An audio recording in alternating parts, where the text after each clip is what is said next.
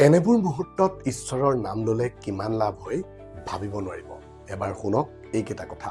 Number 1, যেতিয়া ঘৰখনত সঘনাই ঈশ্বৰৰ নাম লোৱা হয় তেতিয়া সেই ঘৰটো মন্দিৰলৈ ৰূপান্তৰিত হয়। নাম্বাৰ 2, কাম কৰি থাকোঁতে যদি ভগৱানৰ নাম লয় তেন্তে ইয়াক কৰ্মভক্তি বোলা হয়। নাম্বাৰ 3, গা ধুওঁতে যদি ঈশ্বৰৰ নাম লয় তেন্তে সেই স্নান পবিত্ৰ স্নান হৈ পৰে।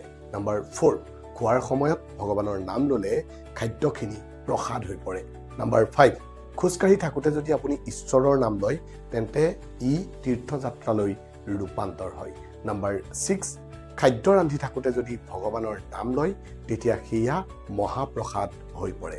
নাম্বাৰ 7, যদি আপুনি শুই থকাৰ সময়ত ঈশ্বৰৰ নাম লয় তেন্তে ই ধ্যান নিদ্ৰা হৈ পৰে।